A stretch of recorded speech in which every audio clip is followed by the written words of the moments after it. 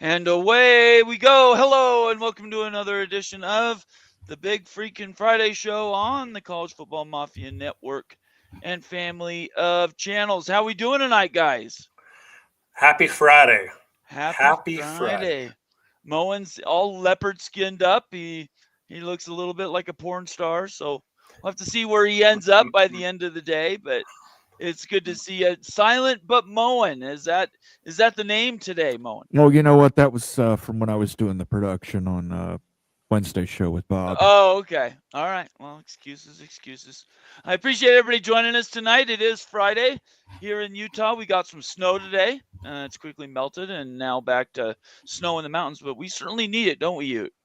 Absolutely, we need it. Did you shovel, Bomber?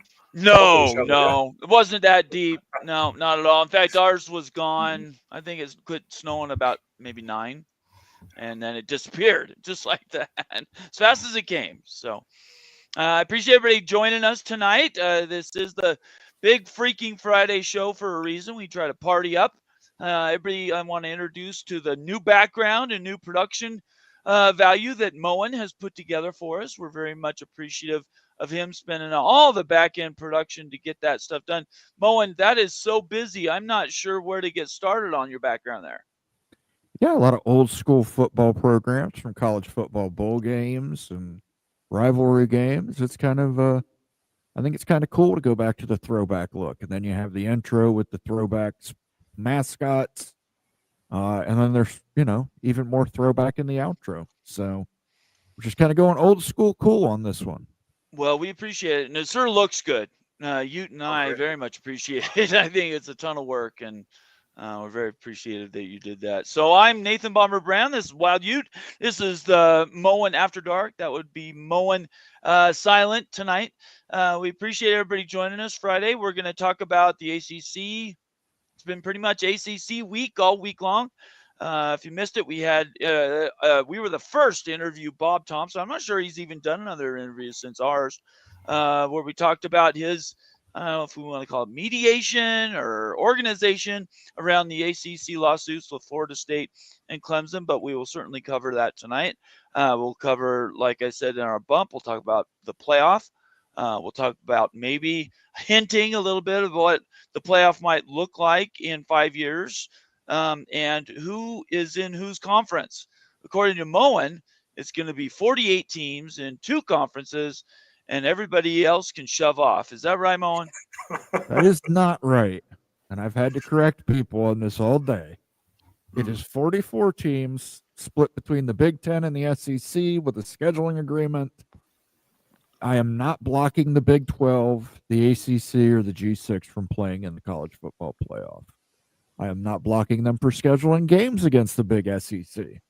I just think, why have a Super League? Why should the Big Ten and SEC vote to have a Super League when they can keep all their members and make plenty of money to go around? That's so kind and paternal of you. We really appreciate you letting us, live in your universe. And I'll give you plenty of time so you can describe to everybody what the difference is from a Super League to your description. But certainly one thing that we're going to be working on in the coming weeks is, what does college football look like now that we had the tipping point of the ACC, right? We've been waiting on this you and I started this 2 years ago now. Many years, right? Yeah. A couple of years back. It's a huge breaking point. And tonight on this show, we're going to break it down, what the ramifications are per the 4 major conferences and also the Pac-12 and the AAC. So we'll give quick thoughts on that at one segment of this show and everything. So it really has ramifications everywhere, though, guys. Like, it's not just an ACC land. It's going to affect everybody, the settlement, and we have to discuss it. I agree. I completely agree with you. We had a lively week, and we will certainly go through that. Before we get started, I want to make sure everybody follows us on Twitter. You can see our names and our handles right beneath our pictures right now. Make sure you follow us on Twitter. Subscribe on YouTube. You're currently watching on YouTube. We have no Twitter watchers right now, so make sure you're following us and turn on those notifications on Twitter and on YouTube. That way you know when we're around or when we post anything that's important. And I would say probably 92% of what I post is all about college football. Ute is very much more about 99%, is somewhere in Everything. between. Mhm. But we certainly try to get that information to you guys as quickly and as accurately as we can. So make sure you follow us, subscribe on YouTube, and then last but not least, consider becoming a member of the College Football Mafia family. How do they do that, Moen? Absolutely. You go down to the little cash button. You can become a member of the family from there. And I want to show off in the chat here. We've got new members only emotes. If Let's you are go. a member of the channel, you can use all those emotes. We've got Nate, myself, and you up there as emotes now. No We've got way. tinfoil Really? hat. We've got a little milk carton. We've got the Heisman Trophy, and we got Super League. And we're really close. A couple more members, we can unlock another emote thing.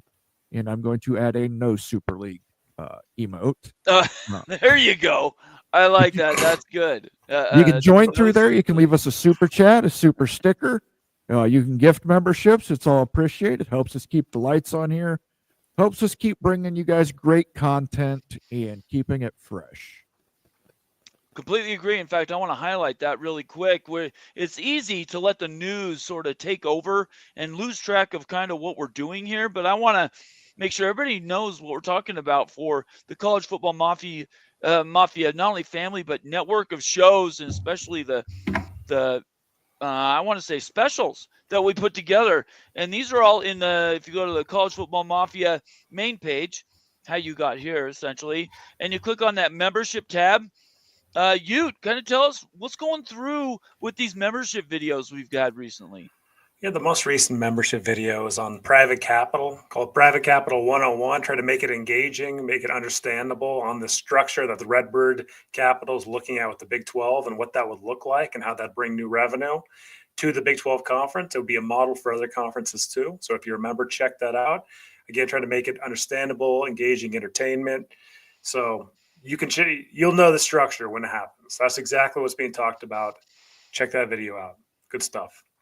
We've got Mountain West expansion. Obviously, we talked about the ACC as a tipping point. It basically opens up this new world. We had what I would call Realignment 101. That started with Oklahoma, Texas. Then we go USC, UCLA, and then the rest of the Pac-12, whatever happened there. And then you had the Big 12. And the last but not least, and unfortunately the ones that are going to take the biggest hit, well, I don't know, say the biggest hit because the Pac ceased to exist as kind of its former iteration, is what's happening to the ACC right now. Mm-hmm. And that's where our next videos are going to be around. So Mountain West expansion, best Louisiana team to add. We have Pac-12 extension targets, data reveals best fits, but I also want to make sure we touch on the ones that were already done that don't cost anything. This is the Bob Thompson highlight, but here's the Private Capital 101. Make sure I get shorts in there too. So can the ACC keep up the Big 12's private equity power shift? Big Ten's hiring and firing report caused UCLA, USC, and Washington. I just want to let everybody know we cover everything. Mountain West expansion, Gulf Coast, Hidden Gems, Conference USA, Sun Belt, and it just goes on and on and on from there. So, Moen, do you want to highlight any of these videos to tell everybody what's going on with them, or can we move on? No, we can move on. Let's go on. Let's get into the show. All right, very good. So, yeah, let's jump right in. First of all, I want to get to the first super chat of the night, and I really appreciate this guy. He's come in and been an OG now for a long time. But Ryan Willie checks in with $5 super chat. Also, an existing member of the Mafia family. We can consider him an OG. Hi, College Football Mafia family. The ACC should poach the AAC. Oh, yeah. The ACC could face extinction, just like the Pac, if they don't. And I would just put in there they need to be proactive rather than reactive. So this whole show is going to be interaction with you guys, and this is just going to get us started. This first comment, why should the ACC get aggressive here? This parlays right into our discussion today. That's a great super chat too. So let's talk about the AAC here. So the AAC, the ramifications. Look, maybe the biggest loser of everybody out there outside of just the ACC is the AAC. Like Ryan is mentioning too, is because the ACC will directly pluck any valuable Browns out of the American Conference, including Memphis, USF, and UTSA, and anything else they can get if they hemorrhage, the ACC loses a bunch of teams. So really, a lot of folks aren't talking about the American, and the American had this stability at the G6 level that's completely broken now. This is completely broken up. So I think that one of the biggest losers of the actually settlement here is the American Conference because of the risk of losing more big brands and everything and just not having too many options to backfill them anymore. So it brings this dynamic to what happens with the battle between the Pac-12 and the American. The American looked like it had stability, but now given this new development, I think the American is really on thin ice, guys. What do you think about it? Moen? I don't think so. You listen, the American's the best G conference in America. You're right. Teams like Memphis, Tulane, South Florida, if the Pac-12 had any bits to try and go back out there and get them again, they're gone. Those teams know they're next in line for whatever the revamped ACC is. But I don't think the American's going to disappear either. Listen, they'll just backfill with CUSA. I mean, there's other schools that are going to be out there. You're just going to eventually see a consolidation of this G7 to a G5 again. How about you, Bomber? How do you see the American situation? So, and I said this right after we got the first word about not the buyout amount, which was shocking, but that came after the initial announcement about the settlement. And I hate that word because it's really not a settlement. There's some other word that's in the middle there that had mediation involved, but it wasn't. They went in and took these lawsuits and said, okay, in front of a judge, we're going to sign off and it's a settlement, right? It's not that type of thing. They had some sort of negotiation and these lawsuits were resolved, and we're going to call it that. The AAC immediately, the AAC and the Pac-12 came to mind immediately. It wasn't the ramifications of what's going to happen with the ACC because we kind of talked that out. We kind of have a general idea of where those schools could potentially go, at least a little bit of a tip of the hat in that area. Pac-12 is looking for an eighth football member, right? And the ACC is on the very edge of getting totally taken apart by the ACC as a backfill. But that's where it comes in, is proactive. That's where I started the question with Moen. I think the ACC might get proactive, and in the next 2 or 3 years, they just take AAC schools, for that matter, maybe Washington State or Oregon State, and they prepare knowing they're going to lose schools. I think the argument that they could be talked into sticking around is, I don't think there's any chance that could happen. I think holy schools have a smokes. destination. It's going to be dependent on. Look, can I finish? Let me finish. Oh, no, go ahead. Go ahead. Let me just get this thought out because I will forget. I think that the idea that the ACC just waits and has somebody else show them the road, as it were, down the way, I do not believe that will happen. They brought in California, Stanford, and SMU just for this instance, and I think they're going to do it again. They just need to decide how many schools are leaving and in general geography where those schools are at. And then I think they're going to get proactive and possibly bring in schools. You could see a 20-team ACC relatively quickly in preparation for losing those other schools. Certainly in 5 years, I could see that happen. Okay, Mo, go ahead. Okay. For starters, they brought in Stanford, Cal, and SMU because Notre Dame wanted it. Okay. That's it. There was no other logical reason to add Stanford and Cal to the Atlantic Coast Conference. As far as the AAC, I don't see them getting rated right now. You're right, 5 years from now, probably. I just don't see a vote that would allow a Memphis into the ACC right now. I don't see the votes necessary to allow a Tulane into the ACC right now. I don't see the votes to allow USF into the ACC right now. Not right now. Not right now. Yeah. 5 years down the road, however long Florida State, Clemson, North Carolina, Virginia stick around. I think, but I think this hurts. This really hurts more than anybody is the Pac. Right. Because right now you're looking for an 8th member. And I know you were looking hard at Texas teams. If you're a team in Texas, you got to think, whoa, maybe I pump the brakes a bit. I might have a shot in the ACC. I mean, they've got SMU. Totally possible we could have Texas State in the ACC. Yep. And then you see the news today that Sacramento State has a 5-star quarterback visiting on an official visit. I don't know if they have the $250 million that they talked about to get that stadium ready, but the Pac might be looking at Sacramento State now. Because if I'm Texas State, I'm UTSA, I'm any of those Texas schools, I might pump the brakes and say, whoa, wait a second. There's a possibility I could get called up to the ACC, depending on how many teams leave the ACC. I don't know that I want to tie myself to the Pac 8 for however long. Unless there's some kind of escape clause. You? Yeah, I see it in a completely different way, guys. I think the Pac-12 actually won the day here, and like in different layers, actually. Oregon State and Wazoo, actually, just thinking about them separated from the Pac itself, there are ACC candidates now, right? Right. Absolutely. Like, I mean, like if Stanford and Cal are going to be in that conference still, and they don't jump over to the Big Ten conference, then yeah, Wazoo and Oregon State make a ton of sense.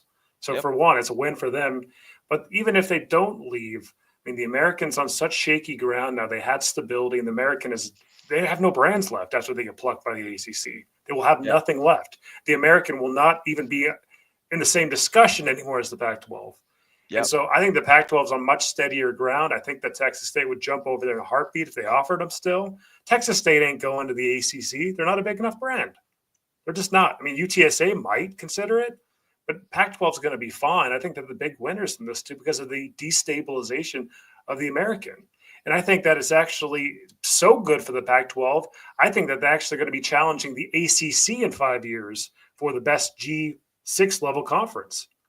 I think the Pac-12, because the brands are out there west, and if they stay intact and stuff, all of the disarray that's happening on the east side, the American's going to be completely out of the conversation, backfill with Conference USA, Sun Belt, or whatever, right? So the ACC is going to backfill with a bunch of American teams to become kind of American 2.0 with some, older ACC brands, but it's going to be really close to the Pac-12.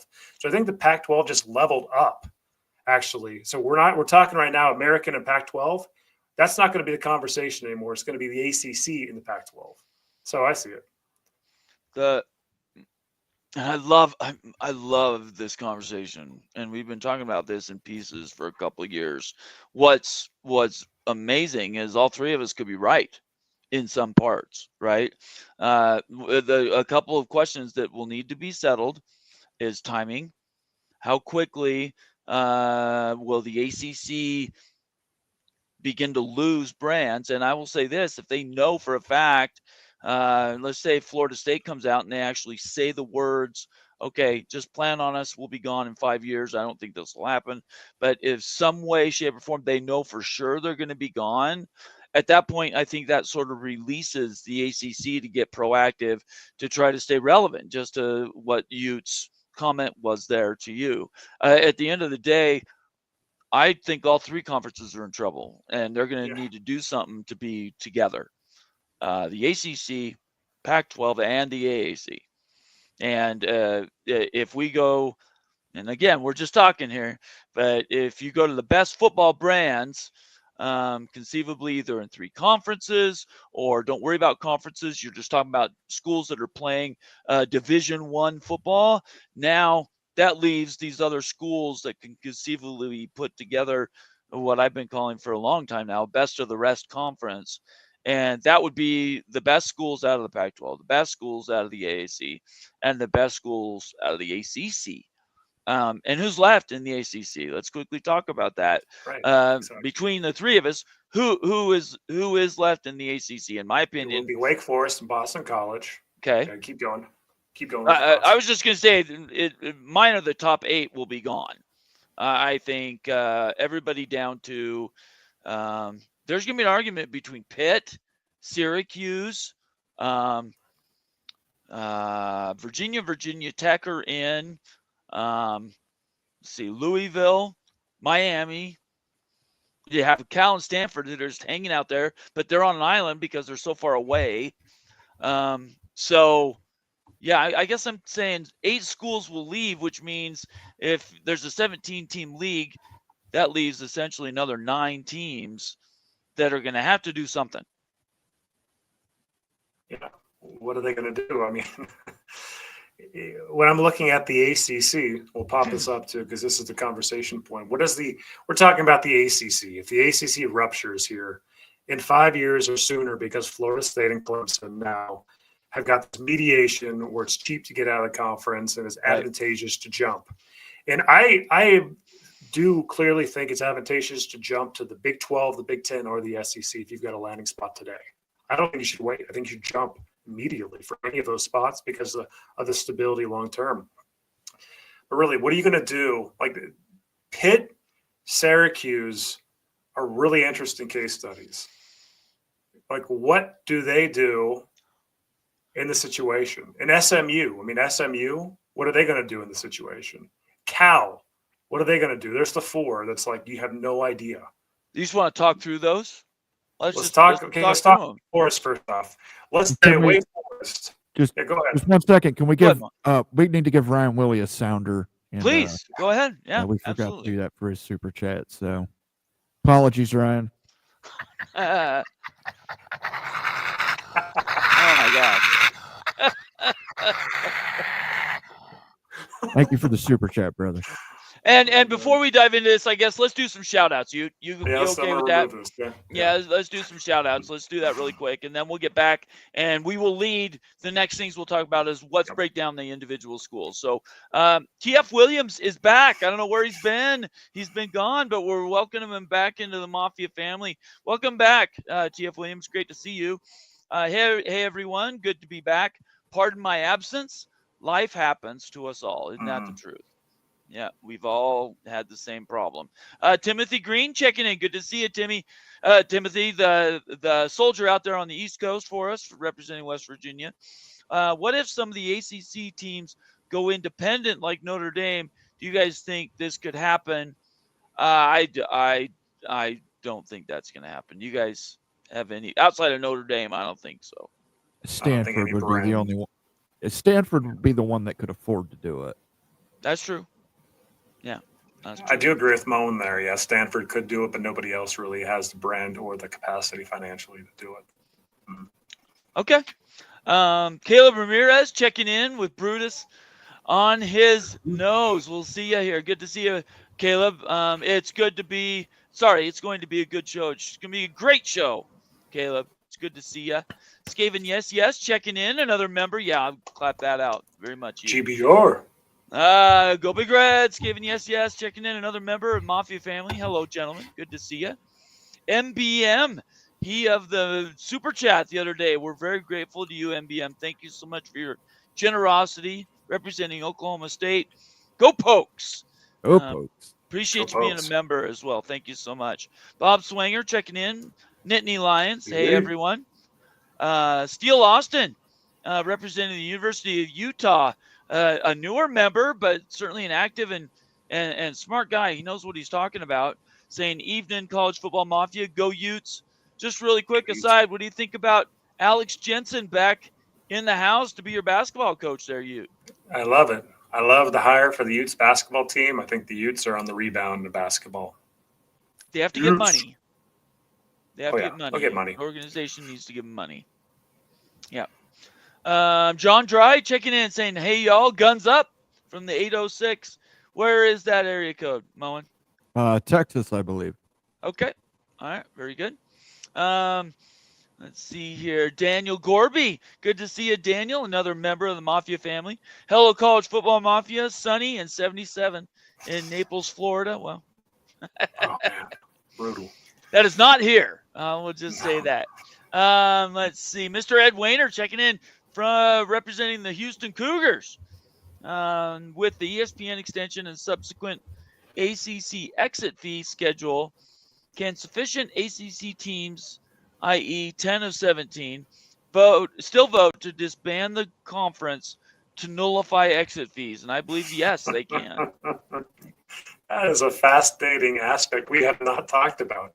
Can you still disband this thing, right? That's amazing to even think about at this point in time. That's got to be in the cards, right? If you've got a landing spot in the Big 12 or the SEC at the Big 10, I don't think you have the votes. You don't think 10 schools are going to jump to separate conferences? I don't. Oh, we're going to lay this out. Oh, yeah, we'll talk through. We're laying this out, Moan. Yeah, not right away. Schools. I don't think they're going to jump right away. I think people are going to wait a little bit. Wait for what? I think maybe let's right at the beginning. Let's just say this now, so we don't have to say it going into future shows and other things we do out in the Twitter sphere. When we say leave, at the end of the day, the stopwatch was put on 2030. 2030 is pretty much when everybody has agreed. The buyout amount goes down to $75 million in the ACC, and there was formal conversations about that being sort of the time when everybody might look to make other moves. So when we say soon, I would say, in my mind, we need to be talking about in the next 5-year envelope. Yes. Moen? Yeah, no, I agree. I think that's when the next media deal comes out for the Big Ten. Right. That's when you're most likely to get realignment. Okay, very good. Glad we agree on that. Rock and Rant, contributor in chief. Somebody who's become a partner here at the College Football Mafia Network. We really appreciate you, Rock. Great to see you. I'm firing Jim Phillips. Is that okay? Sure, go ahead. I mean, I got a perfect sounder for Jim Phillips. Do it. I love it. Price is Right sounders always win. That's what I'm saying. Devil Frog, the original. I mean, the original. He and I, Mafia member, valuable member, certainly here. We appreciate you. The G conferences need to merge and form their own Super League. I'm leaning this direction to insulate themselves from the ever-evolving scorched earth landscape that power conferences have ushered in. In my opinion, in the next 5 years, they're going to have to do something like that to stay relevant. That's the best way I can put it. For them to stay together, I think they're going to need to do something like that. Agreed. And who's going to be that top G6 conference? This is going to sound like slander to a lot of folks, but the ACC in 5 years will be fighting for that.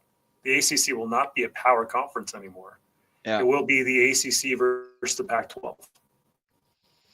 So it's fighting for that top Super League type of G6 conference like we call it today. And I do not know who'd win because when you're talking about media evaluations based on who's probably left over in the ACC, that ain't going to be good, guys. So it's not just going to be magical money popping up or anything. It's going to be an absolute drag-out fight for the top spot, just like the Pac-12 has to survive. So it's a complete unknown, but it would be advantageous for Wazoo and Oregon State to combine with the leftovers of the ACC for the best brands. There's going to be a lot of travel on that, though. That's the problem. A lot of travel cost. Moen? I don't know how many teams have to remain for them to continue as an autonomous status school. You have to be 6. Sorry, 8. You have to be 8. I don't know if they can pull that off. Yeah. But it doesn't matter. They've still got an ESPN deal for another 6 years after that. For the ACC, they do. ACC. Yeah. For the AAC, the Mountain West, and the Pac-12. You haven't even mentioned the Mountain West. Those conferences are absolutely fighting for their lives. And I'm just going to refer to what Ute said. What if we isolate ACC, leave it by itself on a shelf, how many of those other schools in those conferences need to pull together to be quote unquote relevant? I don't know. I mean, we haven't done the head count, but honestly, out of those three conferences, we're going to make a lot of people upset. I mean, this is reality. Like, I don't mean to make people upset, but like, we got to be honest about things. We're going to talk about it in advance. Like, guys, like, the realignment is Darwinian. It's survival of the fittest. It really is. It's just a fact. Like, it just, you got to talk about this stuff. It's important. Yeah, I agree with you. I think let's just talk about the current Pac-12. Washington State, Oregon State. I think Boise has put themselves in there. The other schools in that conference. Who am I missing? You might have an argument for San Diego State due to the success of their basketball program. Maybe. Okay, so let's say San Diego State. So that's 4 in the Pac-12. How many in the AAC? Well, are we including service academies? You can include whoever you want. Okay, so we're going to include all 3 service academies. Then. Okay, so that's 3. Tulane, Memphis, that's 5. Tulane, Memphis, South Florida. Okay, that's 6. I don't know everybody who's in the ACC off the top. You do have UTSA is in there. I don't know they'd be included, but yeah, it's all going to be dependent on who gets left behind in the ACC. Like I said, if SMU is left behind in the ACC, do they want another school in Texas to be in the same conference as them? Good question. Yeah, right now we've talked about 9 schools. The fact that we can't just immediately name 12 out of 2 conferences tells you there's real issues. Let's see, ACC, Pac-12, Mountain West. I'm sorry, we live here, Ute. UNLV in 5 years? I mean... Las Vegas market. Boy, oh boy.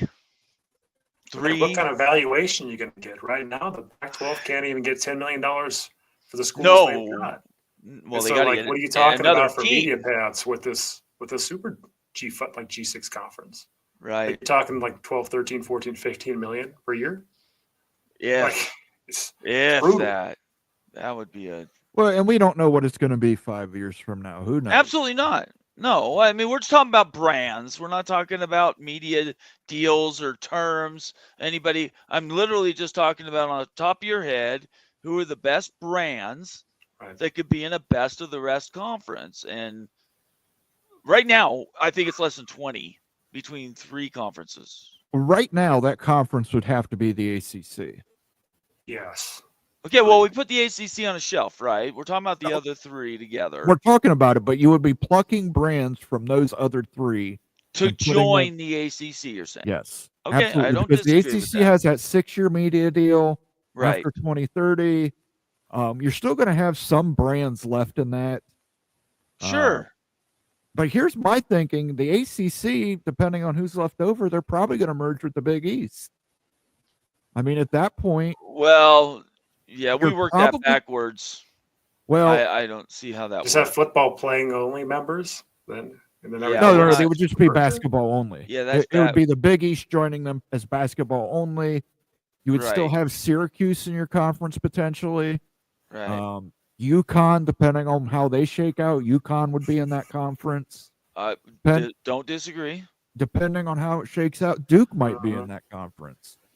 So you might have a lot of basketball-heavy programs in that remainder of the ACC. So now we've talked about you added the Big East.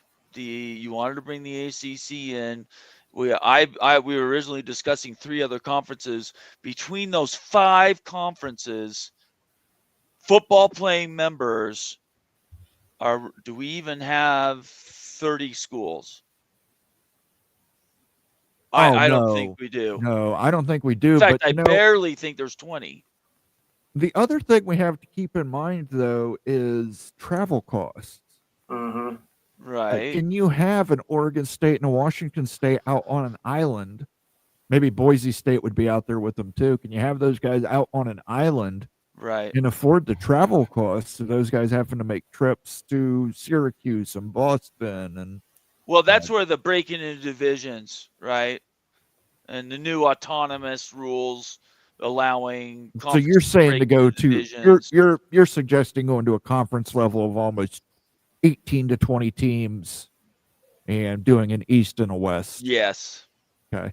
Yeah. Or a north-south. I don't care how you do it. But yeah, breaking into divisions and then allowing for that regionality for scheduling. Lower the cost because these conferences aren't going to get as much money. So they need to lower their operating costs. I know right now, and I'm not looking at my Twitter feed, people are going to see this and they're going to be absolutely, livid that we're talking about these other conferences like they're commodities. But I will say this, once the ACC, once that happened, every school and conference became a commodity. Every conference is a commodity. Come on, guys. This is just your employer for your school for a temporary amount of time. Essentially come on. This isn't what a conference you're in. It's not life or death. We're talking about sports, right? And we want to be in the best conference possible. But the Big Ten's an employer. It's not like your blood brothers or anything. Come on. No, you're right. Yeah, that's. Sometimes people think of that especially I've ran into a lot of Big Ten folks in the last couple days and everything. Called in to peek around the corner a couple days ago. Gave it a thought process on Super League, and I've got it a lot. Right. I get it. The Big Ten's a great place, old rivalries and stuff. But come on, you're your own individual institutions. You are not tied or married to anybody. This is just your employer. That can change any given day. Look at the Pac-12. Look at the ACC. It's only as good as the almighty dollar and paying more money. If you've got more money, if you've got a different employer offering you more money, you're going to consider it and likely jump if it's significant enough.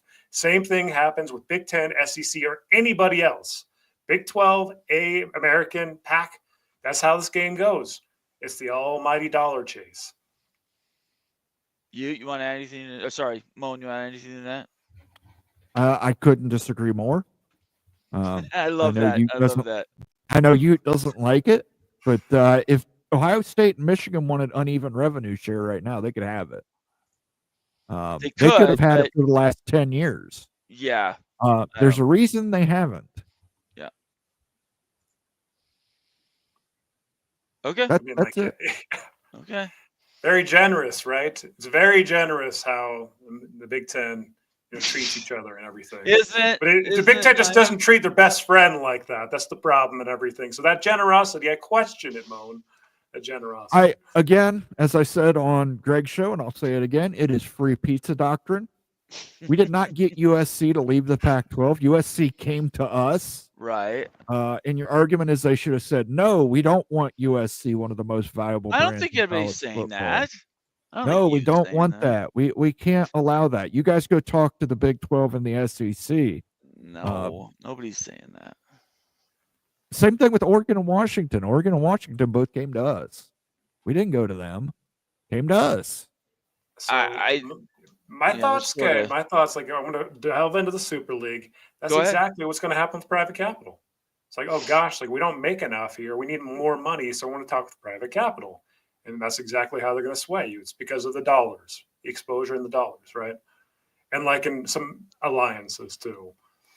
Alliances don't get the alliances and the Big Ten alliances don't treat you very well, apparently, right? Ryan Willie, another $5 super chat. Thank you so much, Ryan.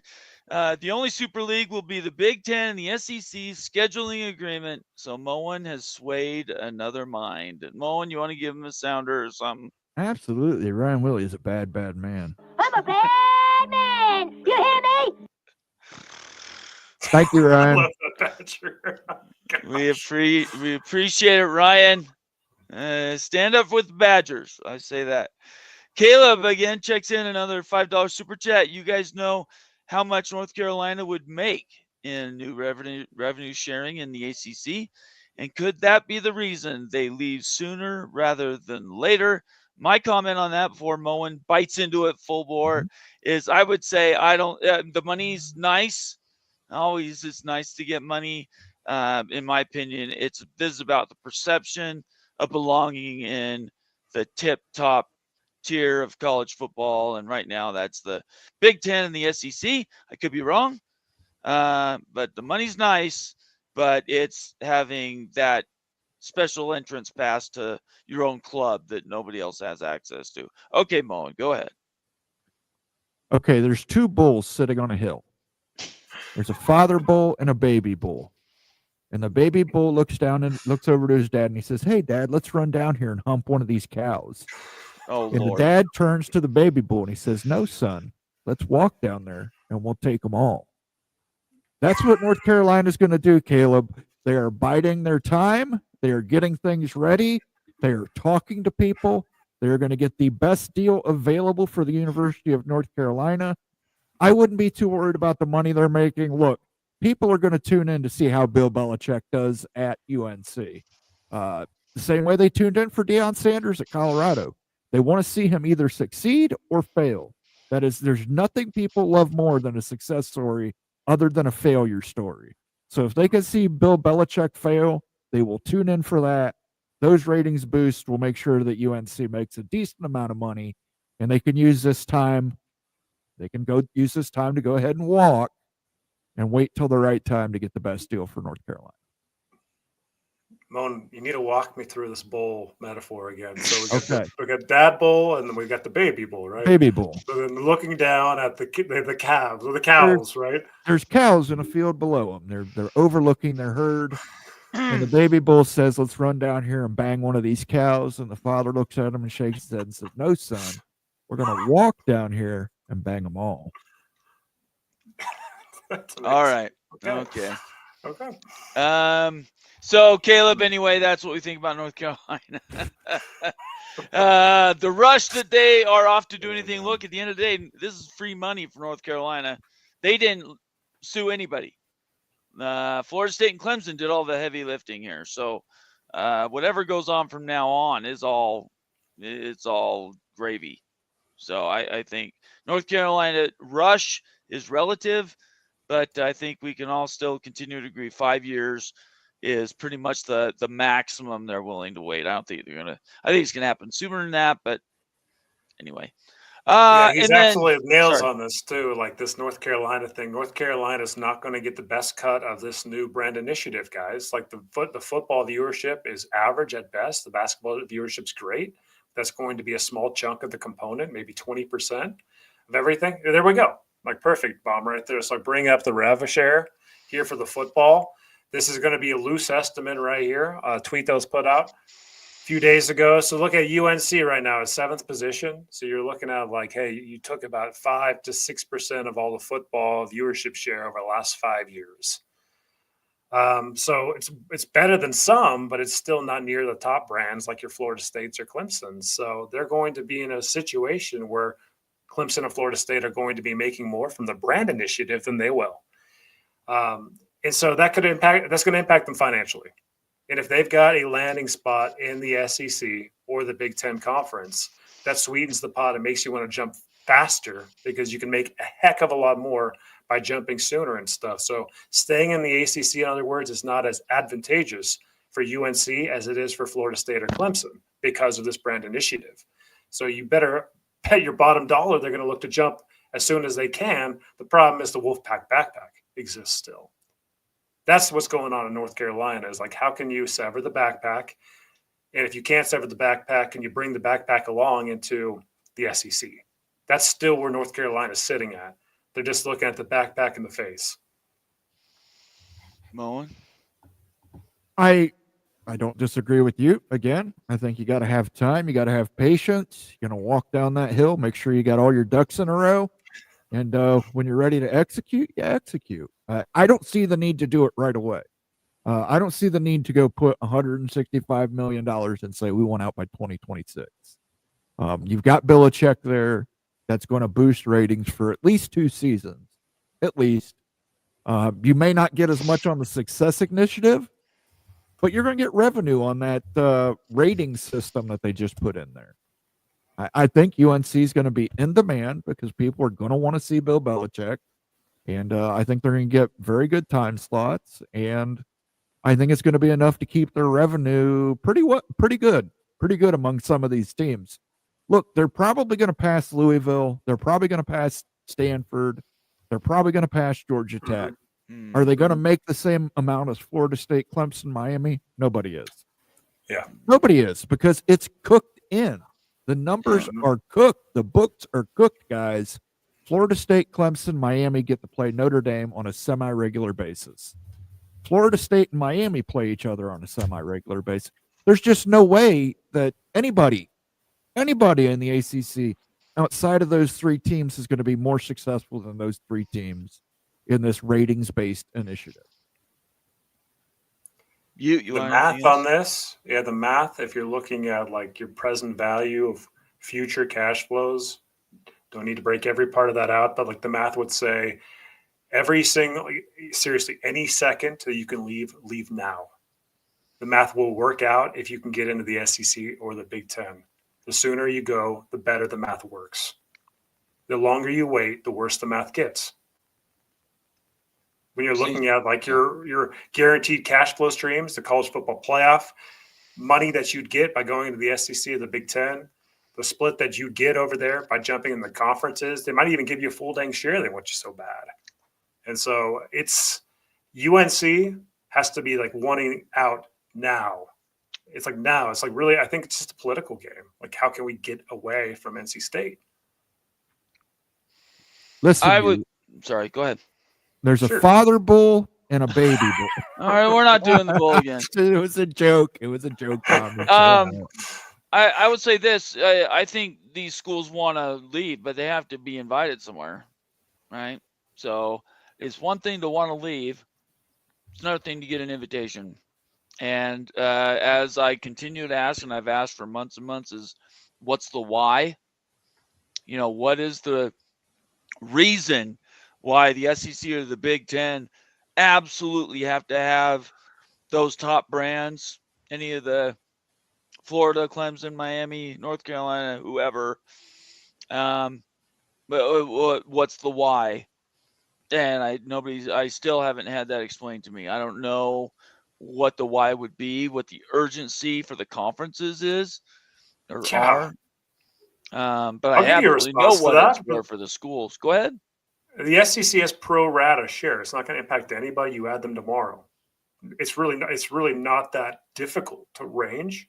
But like, why do you do it tomorrow if you're the SEC? Because you want that territory. You want the students that are coming along with that, the population growth. You want the ability to play in North Carolina. You want the basketball brand, and you want to go to 9 conference games. Okay.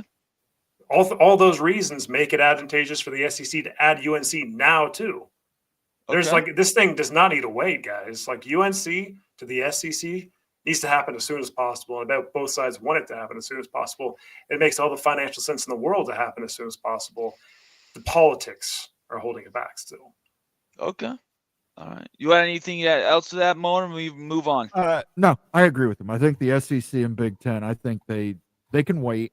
I don't think those pro rata shares aren't going anywhere. The SEC deal is through 2034. That's what I'm saying. It's going to come down to when they actually get the negotiations done with the Big Ten for a scheduling agreement and those 9 conference games from for ESPN, that they will have the money in pocket, and then they will go and get those teams. Okay, very good. Earl Carr pops in again. The original OG. Earl Carr gets another 5 college football mafia memberships. Got a little cougar tail for Earl Carr. Earl, you enjoy that cougar tail. I love it. There we go. Give him a backdrop right there. There's a cougar. Oh, stop it. Just stop it. Thank you, Earl Carr. Thank you, Earl. Yeah, go ahead, Mo, and I didn't mean to cut you off. Go ahead. No, I just going to say thank you, Earl Carr, for the gifted membership. So I want to list off who got those. I got to scroll up to find it. Absolutely. Well, Jay Go Blue, and I only said that because Earl Carr gifted you a membership. Sterling Holland, Jay, West Virginia University Mountaineers layer with Kenny, John Dry were all gifted memberships by Earl Carr. Make sure you thank him in the chat. I see John Dry has already did that. That is much appreciated, guys. If you get gifted a membership, always thank the person who gifted it to you.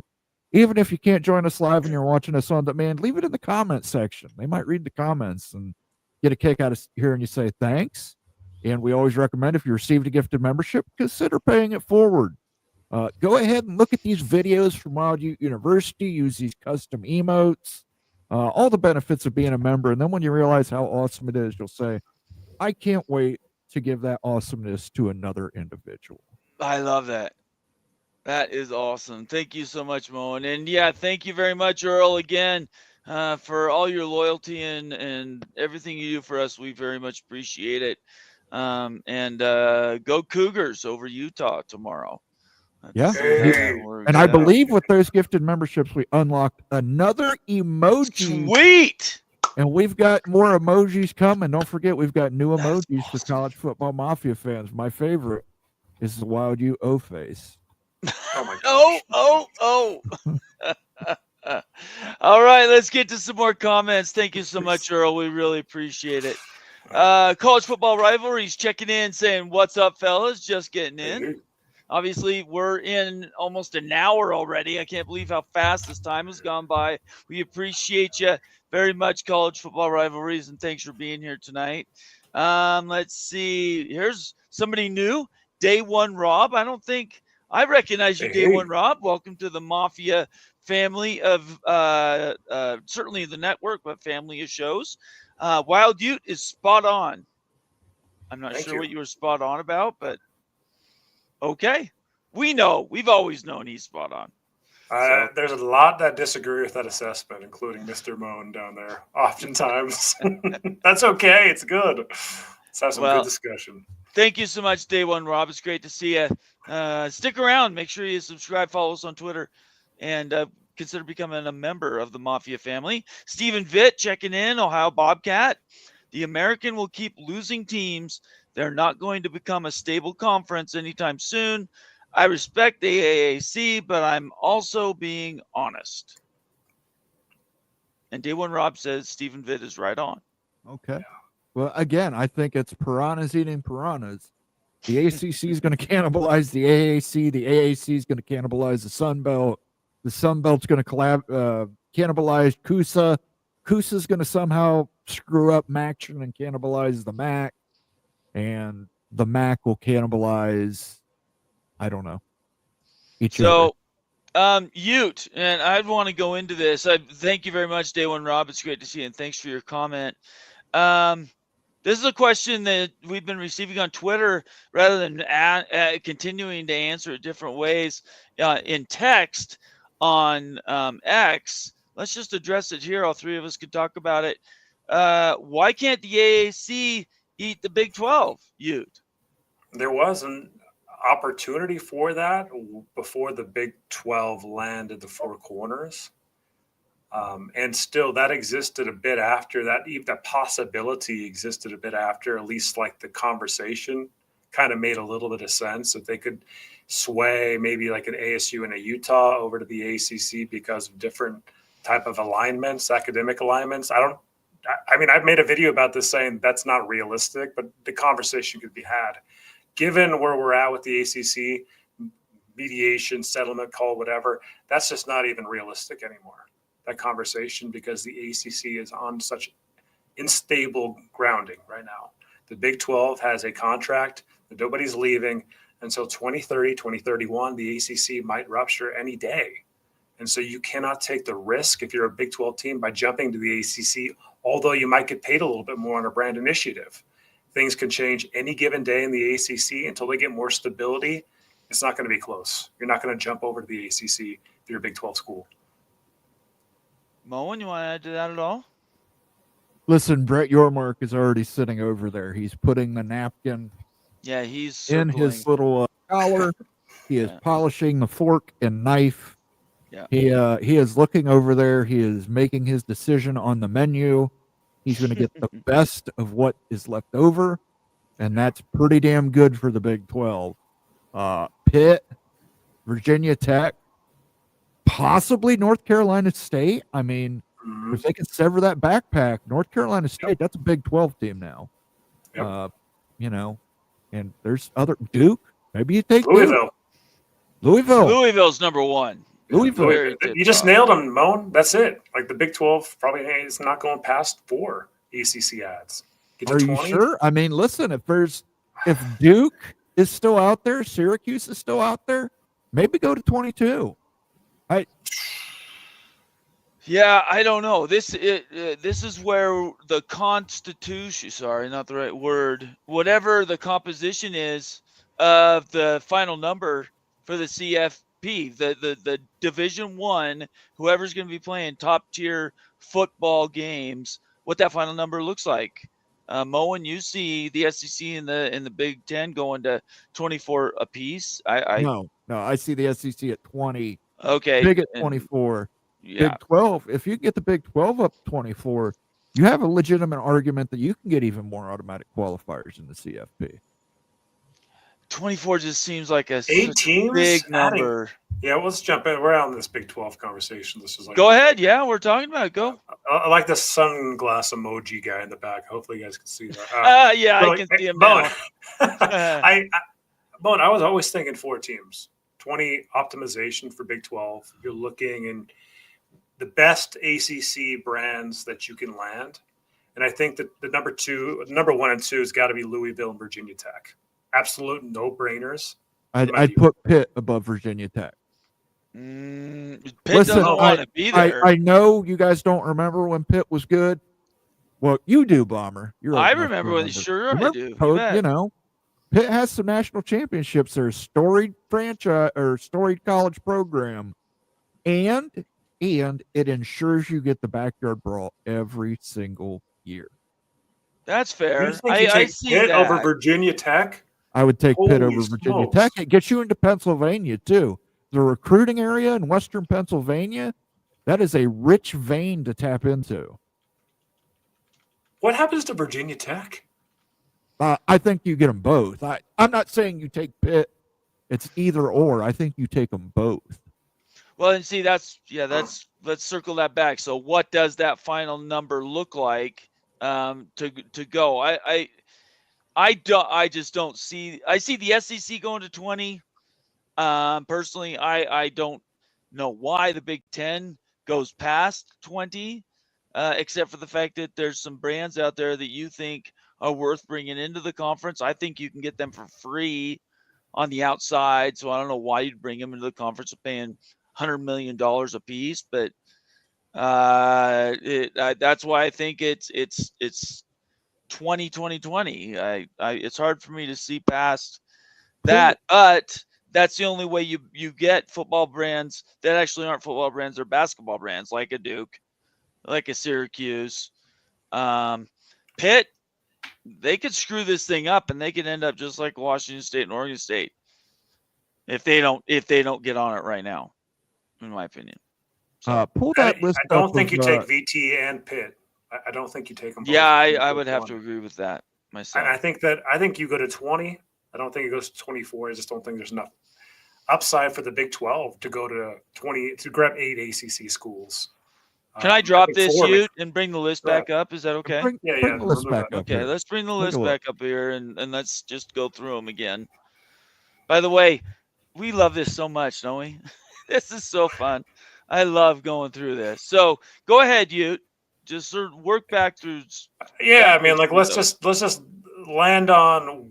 Okay, let's just go down the list and basically put positions at schools. Okay, so Okay. Florida State P2. Let's just say P2. Okay. Okay. Clemson Yeah. P2. Right. Miami P2. Is there any disagreement amongst that? No. Okay. Georgia Tech, question mark for me. I know Moen thinks Big Ten. I don't see it. Bomber, No. Georgia Tech. No, Georgia Tech, I don't think so. Louisville, there. Yes. Big it's 12. Big 12, Big absolutely. 12. That's a Big 12 school. And I would say Georgia Tech Stanford. might be Big 12, depending on what that final number I agree with you. is. Yeah. And then Stanford, Big Ten. Big Ten. No, that's big. Yeah, Big 10. Big They're gonna 10, get- yes. They're going to With get in with Notre two. Dame's help. yes, I would agree with that. UNC P2. Either you're way. getting here. Like, this is what we're talking about. Like, this is like that sweet spot for Big 12 on the list of like football viewership. You got Yes. again, we just talked about Louisville. We talked about Georgia Tech. Those two could be in play, right? Especially Louisville. Then Yeah. you've got NC State sitting right there, Pitt, Virginia Tech, Syracuse, really similar ratings, guys. Really similar TV ratings brands over the last 5 years. And I was actually breaking out over the last couple of days. Shout out to Pickles, Sergeant Pickles. He compiled a list of 12 years of viewership data. Pickles got 12 years. And so I've been crunching some serious ACC stuff based on 12-year different averages with like decay rates. So like you're fading down, putting less weight on historical years. Right. And these things, I'm telling you guys, Pitt and Virginia Tech, viewership-wise, over the last 12 years and stuff, are like basically the exact same. They look identical when we've analyzed crazy. them before. Yeah. Yeah, that's true. Greg, if you want to join us, jump on. If you're in the chat or anything, it'd be fun to get your insights too. Yeah, I was just going to read his comment. And then, Moana, did you send him a link? You normally do. No, send Flugar if he's still watching. Greg, come on and tell us the why. I'm going to read your comment here. Peek around the corner. Greg Flugar, certainly a friend of the show, personal friend of mine anyway. The why is you don't want the other P2 to get those valuable brands. In essence, it's a defensive move. And I disagree with Greg. I don't think there is such a thing as a defensive move. And we're talking top tier college football reasoning. Absolutely could be possible, though. I'm not saying I could be 100% wrong and Greg could be 100% right. Do you guys want to comment on that at all? Do you have an opinion? Go ahead, Mark.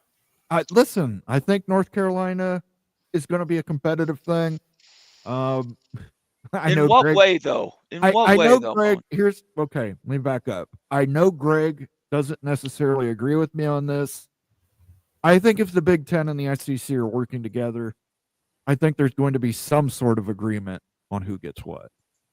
Isn't that? It's collusion. Yeah, it's collusion, though, Moen. Well, it's what you know and what you can prove. Well, fair enough, but I mean, there's a lot of eyes going to be on this.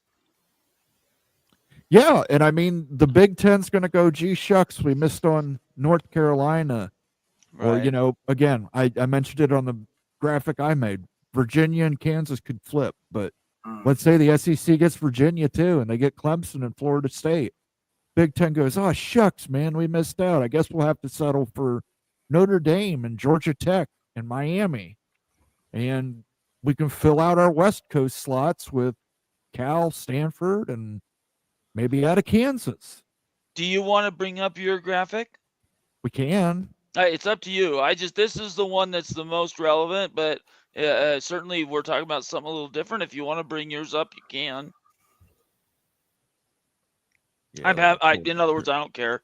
By the way, before you take it off, I just want everybody to know if you're seeing this graphic around in the Twitterverse or on YouTube or anywhere else, people have sliced and diced and made it look a little bit different.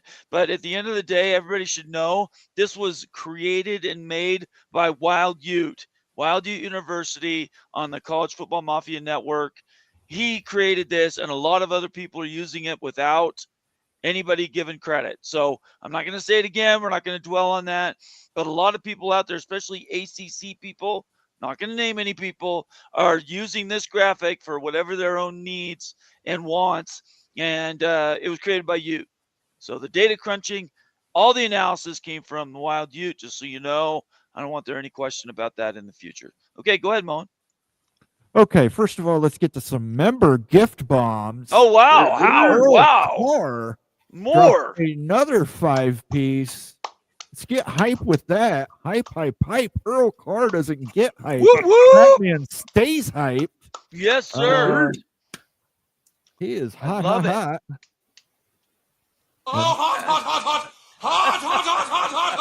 Thank you, Earl Carr. And then Thank you, Earl. Thank you so much. We got another 5-piece. Oh, my gosh. Friend, the Devil Frog. Oh, my gosh. The Devil Frog. I don't have a my gosh. The OG. yet, but I'll give you a little beer. We'll drink some Cheers. beer, have some He's cheers. a TCU guy. Do you have a TCU sounder? We got this one. Oh. I'm not sure Greg heard that. He doesn't have his headphones on. You listen in there, Greg Flugar. Yeah. Yep. Yeah. That was fun.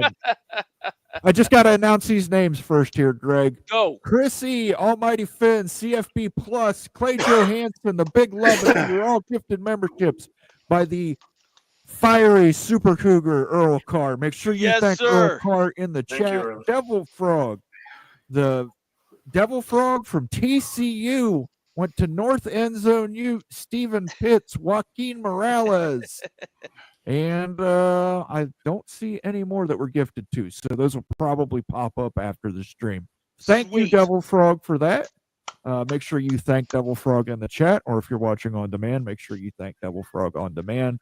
As always, make sure if you don't have your gift set to automatic, you go up and click that little icon, and you can claim one of those free memberships from these generous people, Earl Carr and Devil Frog. Thank And you if to you both. Sorry. And if you received a gifted membership in the last week, certainly, or tonight, make sure you consider paying that forward and giving somebody else the same type of membership you're getting. And then last but not least, if you're a member, old or new, after this show, go to the College Football Mafia show link or the main page, hit the membership tab, and that's where all our member videos are. And more are coming. Realignments back up. And we're going to be talking about all those things in the coming days, but you got to be a member to get those videos. Okay. I don't know what's going on. There's like an earthquake in Minnesota or something's going on. Put me out. My camera's not working. Put me. Okay. All right. We'll let you get I'll back put to you that, off in the Greg. studio. All right. We'll That's put you fine. off stage here. All right. All That's fine. Well, We Greg- got a super chat while we're waiting. Okay. Let me get that. Coos Corner. Justin Coos in the house. Friend of the show. Good to see you, Justin.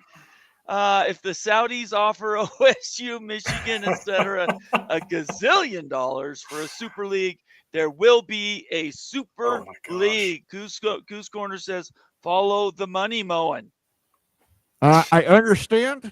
I get you, Coos. You're on the outside looking in at the Big Ten and the SEC, but there is no way that we're taking private capital into the Big Ten. We're doing some due diligence. We're checking it out. Maybe get some stuff we can put together here with some media properties. But listen, man, that's not the way the Big Ten operates. I told him I was going to steal this. Chris Kinney from Peek Around the Corner made a great point yesterday. What did Made he a say? great point. College sports is the front porch of the university, but in the kitchen, that's where the money's made. That's where the money's made. Let me. In the kitchen. I would just say this: in my supra league idea, you don't need leagues at all. So Coos Justin, you could be exactly right. Division I of football, 48 to 72 schools, and they're just together to play football. Man, doesn't have anything to do with the conferences. These guys get together. You do regional scheduling. You can call it NFL Light. You can call it whatever you want, but it doesn't require the Big Ten, doesn't require the ACC, the SEC. It only requires your team to be top tier, fully invested, and we're playing football, man. And Supra League does not require conferences. Okay. Yeah, I mean, I don't understand like this thing. Okay, so like, what's like this viewpoint of like everybody like? Okay, so we're talking about an invitation-only football-only league. So we're not talking about a dismantling of the Big Ten Conference That's right. or the That's SEC. right. We're just talking about the football attributes to a university going and forming their own league. And so you can have all the alliances, the academic agreements, and everything you want, and your research sharing and whatever else you do. You can have that, and that's not going to change. Yep. Your football is just going to be played somewhere else. Like why? I don't understand like why that's a big deal, really. Like, I mean, who cares? Like, if you can make twice as much money on your football side by just taking your football arm of your university and playing Bama, Exactly right. Why wouldn't you just do that when you could stay in the Big Ten and share research with Northwestern and play basketball, play hockey, do everything else with them? It's not like you're going to kick them out of the Big Ten. Big Ten will exist still. Yep. That's what's so confusing about this and stuff. Like, why does like everyone think that Northwestern's going to say, oh my gosh, Ohio State went over to a Super League and everything, so we're also going to jump out of the Big Ten? Yeah, right. Northwestern's not going anywhere. If Ohio State went to a Super League football only, Northwestern's staying in the Big Ten. There's no chance they do anything else. Where else are they going to go? The Ivy League? Like, we have to be realistic about that. They don't have another spot to go to, nor does Purdue and stuff. So they're going to stay right there. They're going to have massive amounts of research and everything else. You're going to share the research with Ohio State and Michigan and stuff, but the football is going to be played in its own arm. Yep. And now we're bringing the man back, Greg Pflugar. He's back on. Yes. Yeah, He's I'm unhappy. sorry. He is unhappy. He No, looks the grumpy camera's today. all goofed up. I think it's my ugly face that kind of screws Greg, it all up. Welcome to the show. Quite the week. Yes, I would say I didn't get a lot of sleep. I don't know how much sleep you got, but I did, I think, about 12 hours in front of the camera this week or something like that. So how are you doing? I am doing fantastic. The wife is in Veracruz, Mexico, taking her mother to her hometown. Her mother's getting up there in age. It's probably the last time we can get mom to see her old neighborhood. And so that's going on. And they're sending me pictures and videos. And Is that good time in Mexico and good time up here. is that where we are with your mother? I just want to give.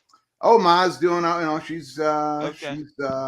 I got her on my phone here. I'm watching her. We got Okay. All right. Well, we got you 92 years old and still an Alabama fan. I do not understand. Well, our hearts and wishes are with you and your family. Thanks. Yeah. Thank you very much. So go ahead. Thanks for letting me come on in. I do appreciate it. Me and my grating personality. I do have a question. Okay. Wild Ute touched upon it in regards to, and I agree with Wild Ute on. I agree with Wild Ute and I agree with Moen to a certain point, but Wild Ute touched upon it. I don't think a lot of people are talking about it. Like, I don't think any national reporters are talking about it, but it's probably, if North Carolina, if there's interest, and there is from the SEC, and and if you didn't have the Board of Governors issued, if you didn't have all the political issues, okay, I think it benefits North Carolina to jump earlier than later, because I think the key number is 18 million, right?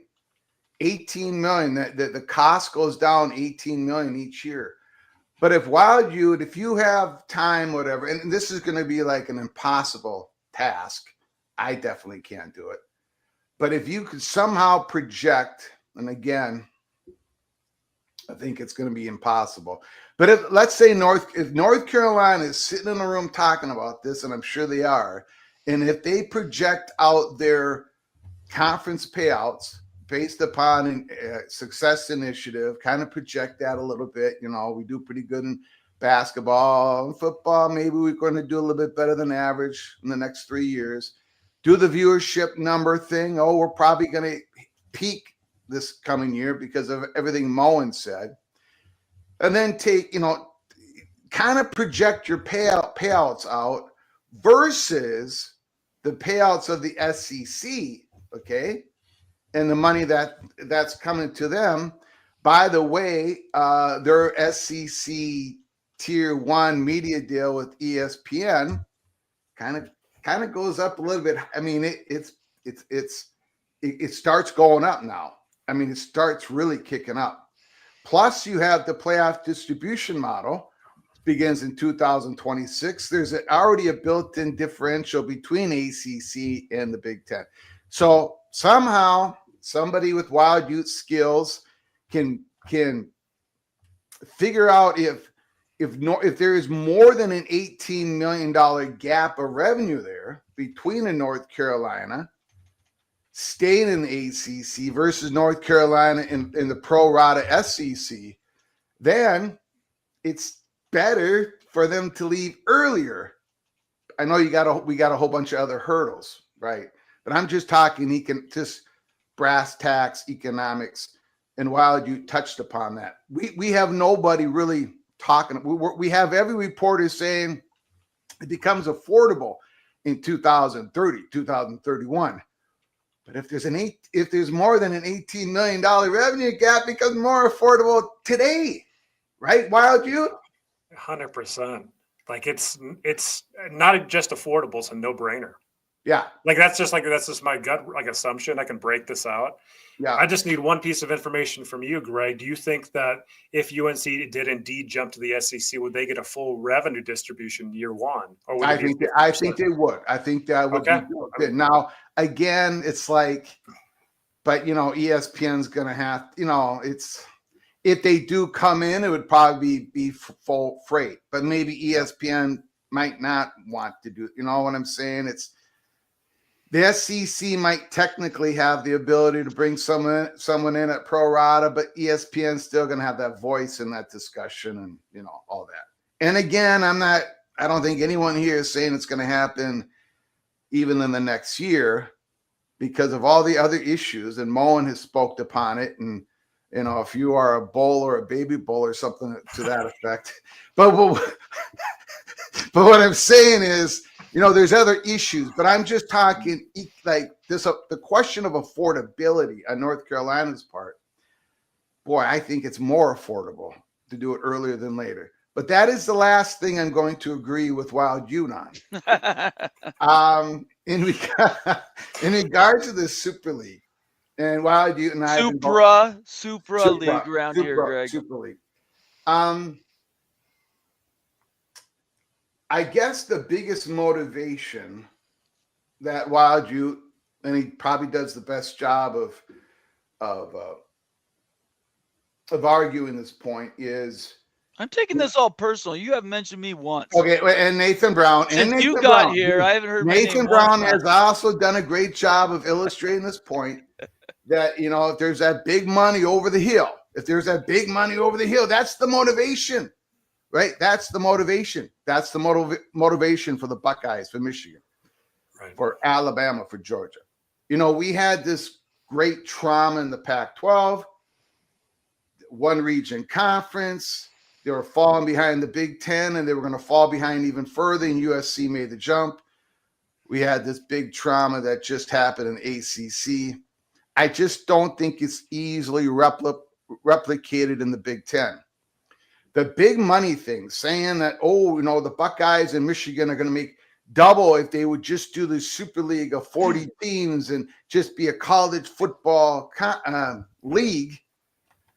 I think it would be real easy.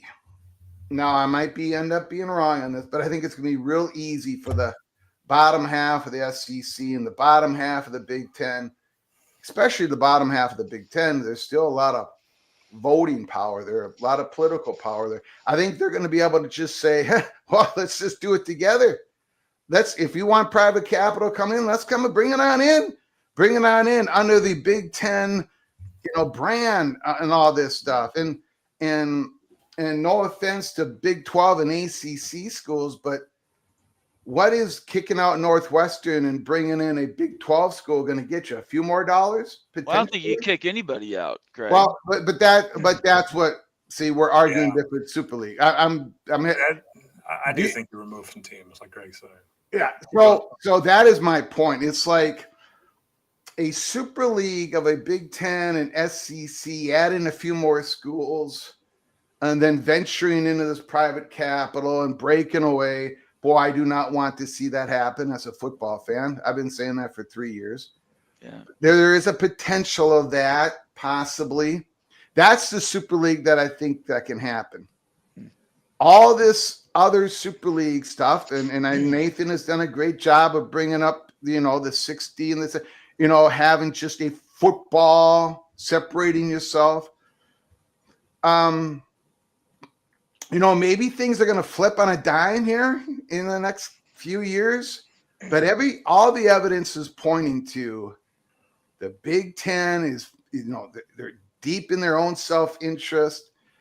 SEC's deep in their own self-interest. The Big Ten brought in UCLA to get the whole city of Los Angeles and their softball team and their baseball team. They want all of that content, right? All of it. They don't want, because I'm hearing not only are we hearing the narrative that we should have just this football and leave you can still have the Big Ten Conference. Well, we have this other side, people saying, well, we should regionalize all the Olympic sports, all the non-revenue sports, right. And they shouldn't be in a conference either. These conferences are getting bigger, stronger, and they're making more decisions. I don't think they're going to cede that power, okay? I don't think they're going to cede that power. But and now let me disagree with Moen, since I'm doing a triple play, okay? I could end up being wrong, definitely. Like and it's going to be quite evident if I am wrong on this, but I think the Big Ten and the SEC are playing patty cake, scratching each other's back in these advisory meetings when they can scratch others back to the benefit of both backs. But beyond that, I think the Big Ten is going to keep going along and serve their own best interests, the institutions and their media partners. And I think the SEC Sankey definitely is going to do that. So the idea of them already parsing out who's going where, I'm not a big believer in that. And I don't even think, I keep saying, I think North Carolina, it's a lean to the SEC. I'm speculating along with you all. I hear some stuff. You guys hear some stuff. But I don't think the Big Ten, even though I think for multiple reasons the SEC has the inside track in North Carolina, I don't think the Big Ten's going to acquiesce. You know what I'm saying? Yeah. And I don't think, I just think they're going to go after what their presidents want them to go after, and I don't think there's going to be a deal made. Having said all that, Nathan, on your question, and then I'll shut up. On the question of why would the Big Ten and the SEC? Right. Well, because I still think both those conferences believe they can add value to their conference, long-term value, at a presidential level, at a research level, even as an athletic level, and as a student apocalypse level. Just like the Big 12. What time frame are you thinking? Because we've already said we're taking for granted the next 5 years. So are you talking about in 2 years? Or the time frame, I would just be wildly speculating. I haven't heard right. That steam hasn't come yet. I think it's going to be a while. I mean, I think I agree with Moen on that part. I think you're going to have to get through the April. I think we're going to, there's talks. There's no question now North Carolina is talking with the Big Ten and SEC. Okay. I don't think there's any, they were having Jim Delaney, Bubba Cunningham talk all the time. Okay. And Jim Delaney is not a true represent of the Big Ten, but they're talking all the time. You saw the communication on June 30th, 2022 with Bubba Cunningham and Jim Delaney. Jim Delaney's advising Bubba Cunningham, stay patient, because they were freaking out at North Carolina. So they're all now they can freely talk. They can freely have these first party talks, right? And they're all on the calculators. They're all trying to figure out what they can loan to North Carolina and everything. But Nathan, as you have reported, and North Carolina's got this issue with the Board of Governors. That is something that you're not going to just resolve, right? In a day, a week, a month. Right. So I don't know what I would be absolutely shocked if there is no movement within the next 3 years. Absolutely flummoxed, absolutely shocked. Okay. I don't think this is going out to 30 and 31. I don't think the conferences are going away. I don't think there's this grandiose Super League that's going to happen, but I could be wrong on every single thing I just said. We shall see. Okay. I think that the North Carolina situation is fascinating because when you're looking, again, this is like an assumption. I can break out the numbers, but like I think the numbers are actually so strong to leave as soon as possible that, of course, North Carolina is going to break out their own figures. They're going to have more quality data than anything that we're breaking out here. And it's easy to show anybody and make that claim. Like, look, we're leaving so much money on the table by not acting now. That's hurting the whole system, UNC system. And we can pay like a tax to NC State, and they can jump over probably to the Big 12 conference. That seems a very like a realistic thing that could happen, right? But I again, like I'm just telling you guys, like based on like the big figure differences, like the numbers are going to blow your mind as such a no-brainer. Yeah. Make the move today. And again, you know, couple months, I don't know, October, November of 24, you know, I was given this information about, you know, the third party money coming in, private equity, private capital, whatever. And 2025 was going to be the year of Bubba Cunningham. Right. And I can just see if you're talking about, and I'm not making any, I'm just speculating here, just speculation, everybody. So just relax. But if we know, we all know that North Carolina they've opened the door to some private capital deal, right?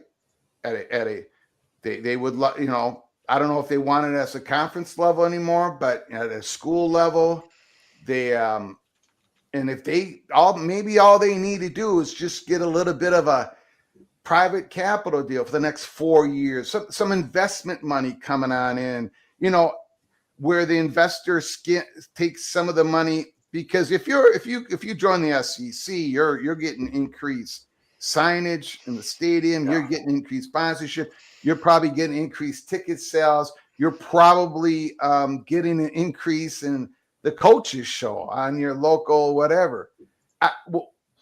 I can see somebody kind of third party, if the university doesn't want to do it, you know, somebody's going to help this Carolina thing out, right? And then if we go back to the Carolina Blue Matter story that came out, right? They've gamed this out. They've sort of gamed this out.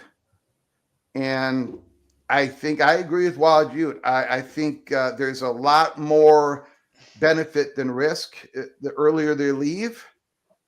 But now, of course, this ACC implosion is going to be probably more heavily political than any other implosion we've seen, right? You got the Virginia and Virginia Tech entanglement. That could play a big story in this. So this is going to be heavily political as well, especially with the rev share, especially with, you know, a lot of these institutions have a lot more to gain or lose on this next implosion. So who knows? This Virginia situation is fascinating because it's basically like North Carolina, but just without like the higher end valuations of the North Carolina schools.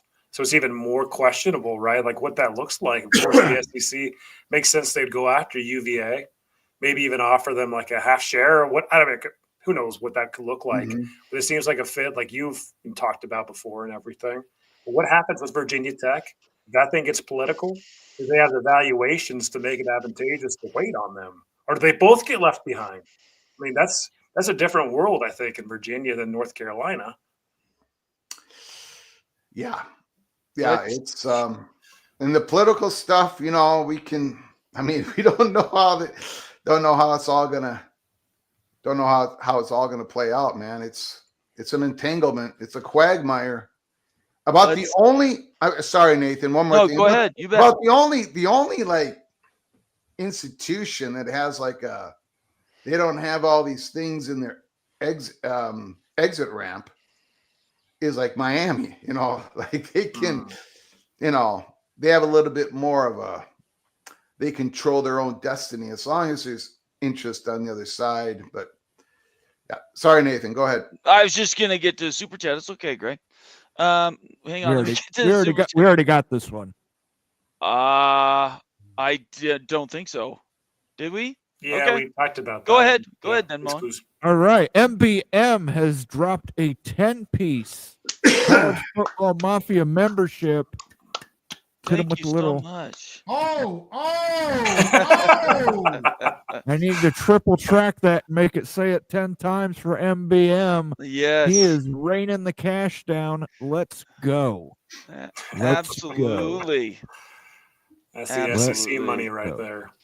He is Greg, a I've Stillwater. got an idea that's been bouncing around my head, like that I got to bounce off you, and it's going to upset a lot of folks. Okay, like when we want to get to that moment, if we need to get to more comments. And Yeah, stuff, I need to read these out. You. Yep. Jan Hulk, Conundrum, Friends Call Me Sean, Clayton Dowry Maple, Hummus Hero, Flint Dog 8208, Brandon Unruh, Grayson Ganoush, Immaculate, Troy Siebold. All gifted memberships to the College Football Mafia So family. much. Let's see. He is a Stillwater shootout artist. He is a cowpoke for life. Thank you, MBM. But the cream will rise to the top. Oh, yeah. Macho Madness, yeah. Thank you again, MBM, for dropping that 10-piece. Thank you. Is right. Thank you so much. All right, you go ahead. All right. So been thinking about this.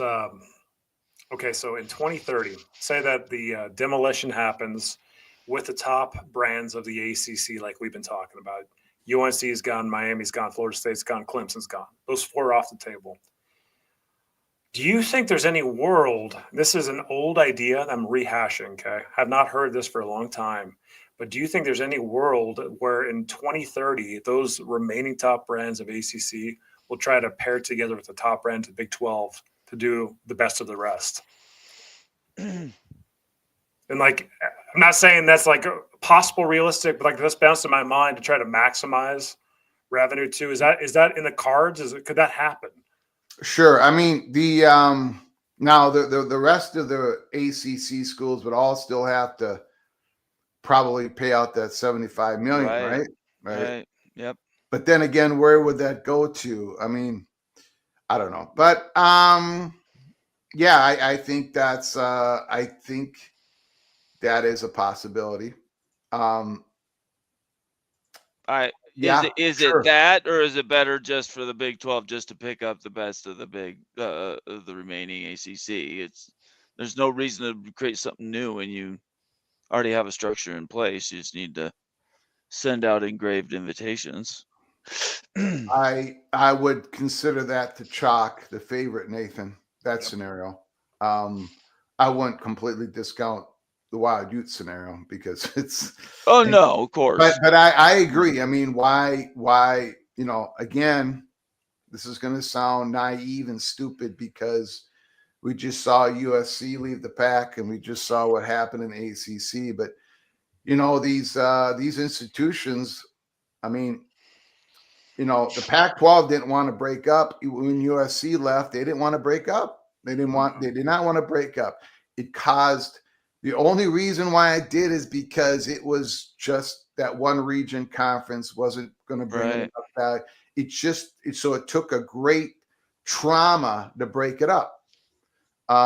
So it would have to take a great trauma to break up the Big 12 and to do the old idea of Wild Ute.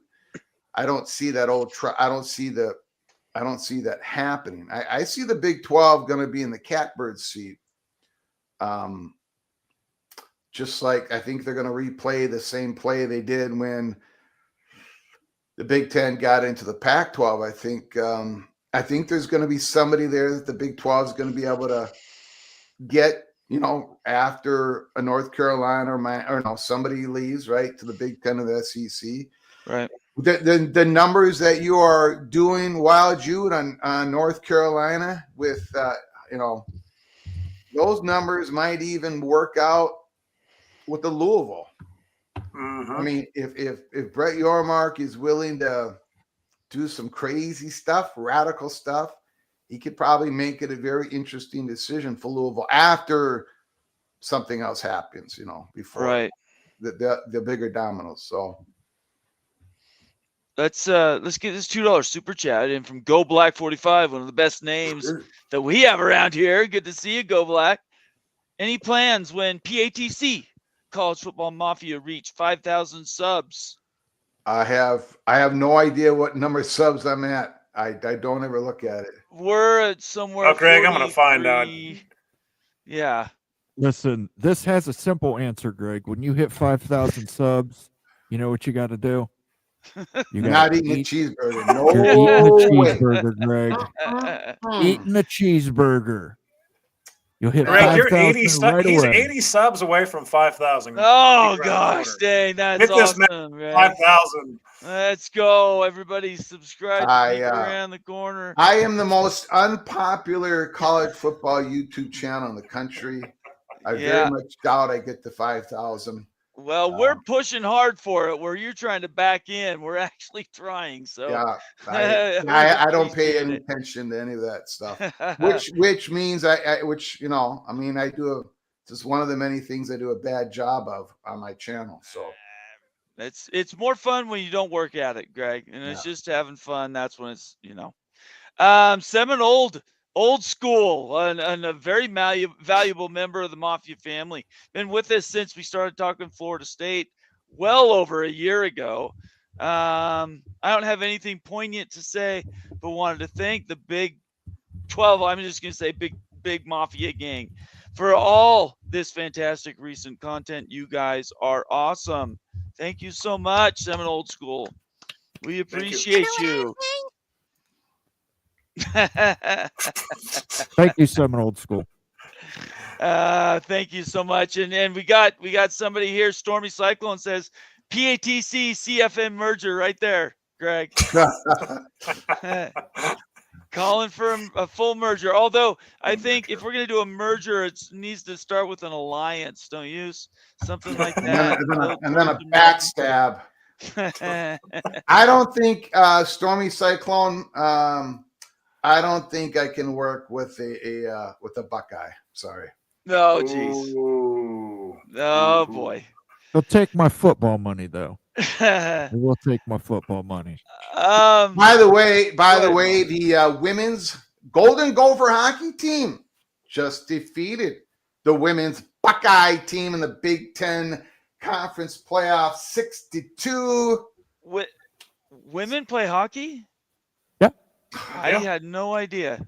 I did not know that. That's pretty big up here. Who was last year's national champion, Greg? Yeah, no question. The women's Buckeyes are that program shot upward the last 5 years. Yep.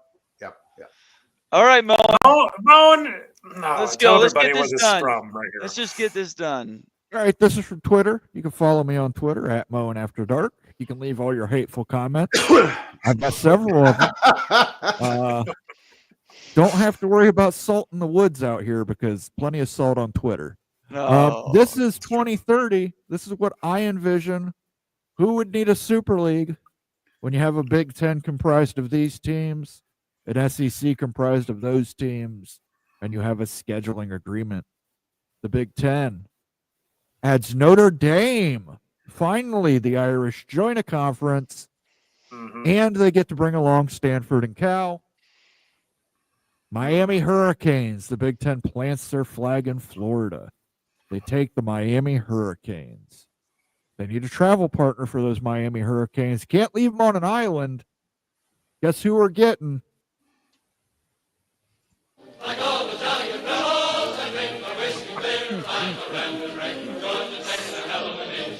There you go. That's right. Georgia Tech joins the Big Ten. Now, the last one, and I'll just make this point clear, I really waffled on this, and I still think it's 50-50. Virginia could end up in the Big Ten. I could see the Big Ten trying to protect the DC DMA, keeping SEC out of there, taking Virginia away from them. Or, likewise, I could see Kansas becoming a Big Ten team. So these two, I think, could flip, but this is the way I see it. 2014 Big Ten, 4 divisions of 6 teams. You got your own West Coast division, your Atlantic division, your Plains division, Rust Belt division. SEC, you're going to have to cut these divisions up into 4 divisions of 5 teams. The scheduling agreement will focus on protecting historic rivalries. So Virginia and North Carolina will happen every single year under this plan. You're also going to get Miami, Florida State to happen every single year under this plan. We're going to revive Oklahoma against Nebraska every single year underneath this plan. It's going to be a good time. You're going to enjoy it. And yeah, so this is the way I see it. Scheduling agreement, expanded Big Ten and ACC. We're not, or Big Ten and SEC. We're not cutting out the Big 12 and the ACC, guys. You're still there. You still have playoff access. You're still going to have Big 12 teams going up against Big 10 teams. Iowa State's still going to play Iowa every single year. You're still going to have Oregon playing Oregon State every single year. Washington's going to play Washington State every single year. We're going to try and maintain historic rivalries. Good news is we're also restoring rivalries in conference. Kansas in the SEC means we get Kansas, Missouri. That war is restarted every single year. Greg? I made a comment on X on this Moen idea. I would make a couple of changes, and I'll do that next. But something like this, where I think is more plausible than these Super League ideas. I think the Big Ten is going to expand a little bit more. SEC is going to expand a little bit more. Big 12 is going to expand a little bit more. The ACC is probably going to backfill and probably be the best of the rest, better than the Pac-12, I think. I don't think conferences are going away. I think there's going to be a lot of changes, but I think conferences aren't going away. I would be the most shocked in the country if the conferences went away. Having said all that, I'm not a lot of people are going to disagree with me, but I'm not so sure California would get into the Big Ten conference. They're what? The number one or the number 2 public university in the country, high population, Berkeley. But they have rubbed the Big Ten the wrong way. So the whole thing with UCLA, they've gutted UCLA. UCLA is like limping into the Big Ten, and Cal made it. So I think there's a couple other Cal would be in the mix, but I think there's a couple other ones. If the Big Ten went to 24, if they did, I think there's a couple other schools that would be in the mix. I think one of them would be Utah. I think it would be kind of fascinating because I think UCLA, even though they got gutted by California, would want California to be a member, and I think Southern Cal would want Utah to be a member. So there'd be a UCLA versus USC type of thing going on. That one so that one is kind of North Carolina without Virginia. I would, if I had to put my chips in the middle of the table, I would probably put Virginia in the SEC along with North Carolina. And that means I would probably at that point remove Kansas, although I think Kansas is a definite candidate for the SEC. So other than that, I think that looks pretty good. I think I would pretty much mimic Moen. And I think a lot more people, if you talk to some Big Ten people, I think a lot more people would agree with Moen on the California. But I got a feeling that California they're not what they were. And there are others. There's like a Utah out there, an Arizona State out there that I think there would be a internal Big Ten battle, and don't know who would get the votes, but I think it would be a battle. The rest of those Big Ten editions, Georgia Tech, in Miami, I think are definitely doable, and a 24 team, definitely. So yeah, that's my take on it. I think it's pretty good, Moen. For a Buckeye, I think it's outstanding. Yeah, sorry. I was going to move Minnesota to the Big 12. There you go. Well, there you go. There you go. What's your opinion there, you? Yeah, pull that back up if you wouldn't mind, Moen. I do agree. Notre Dame, Miami, they are Big Ten schools. Stanford is an easy C. I don't think Cal gets into the Big Ten for all the reasons that Greg stated. I question Georgia Tech and Virginia as well. I do see Virginia in the SEC. And the one school, guys, and like I know that you're going to push back on this, but I'm just telling you the value proposition of Florida State in the Big Ten is huge. I know they're not a huge research university. I know the infrastructure in Tallahassee is not what you want and everything, but Florida State pass on that brand for the Big Ten is a big mistake. I still think Florida State to the Big Ten happens. I don't see Florida State going to the SEC. I see Clemson going to the SEC, UNC, Virginia, and Kansas possibly. I think those all make sense. But Florida State, I still see them in the Big Ten. That's the big disagreement I've got. Only one problem with that, you. You've got a lot of problems with that. No, there's a lot of okay. Yeah, we don't have time for all of them. Notre Dame. Church spending, relationships, right? I get it. But like, you just don't, when you've got an asset like that, like Florida State is such an asset right there, like brand wise, like right behind Notre Dame and everything. If they can lift the relationships, everything that we did a video on last month, if they can improve that in the next 2 years, I don't think you can actually pass on them. They're too good. Like, it just makes so much sense. Just imagine Florida State Seminoles in the Big Ten. It'll be huge. I think the opportunity is going to be too much for the Big Ten to pass on.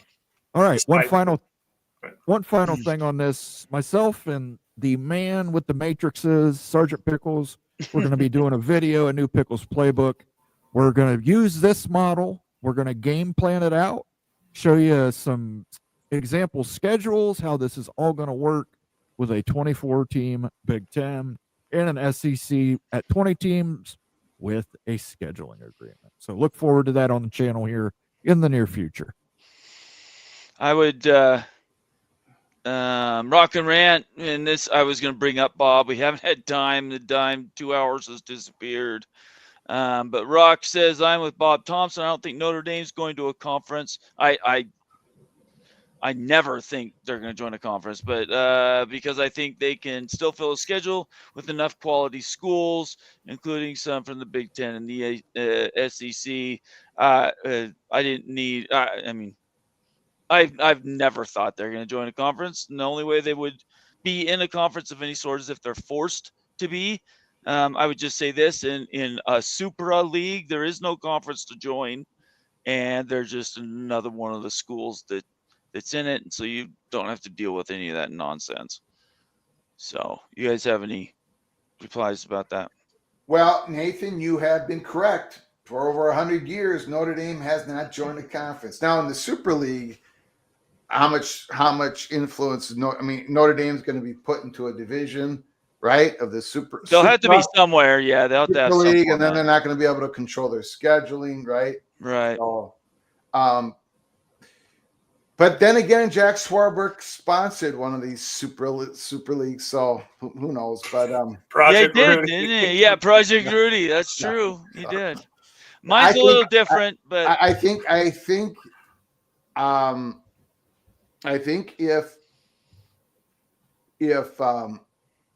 ACC implode, like if they lose their top brands, and I think it's going to happen, guys. It's going to happen. So. Could be 5 years from now, 4 years from 3 years from now. But if they lose their top brands in the ACC conference for the other sports that Notre Dame sponsors, yeah, I think it's going to drop dramatically in value. Okay, ACC network's going to drop value. And Jack Swarbrick, I know he's not the athletic director anymore, but he said in public on a question and answer with Notre Dame students, he said one of the things that Notre Dame would leave, if they lost access to the playoffs and money, but the other thing was not having a good competitive place, a valuable place for us to put our other sports teams in. And they've already made, like Notre Dame when they moved the men's hockey program out of Hockey East into the Big Ten, I mean, it came down to, we do not like the travel of our men's hockey program going to these very good hockey programs in Hockey East, by the way. Right. But just the traveling, just the plane to a bus. I mean, it was terrible. And they finally said, you know what, we're gonna do the unthinkable, and we're gonna join the Big Ten. The Big Ten, who we rejected for 100 years because of the difficulty of what they were doing to the men's hockey program.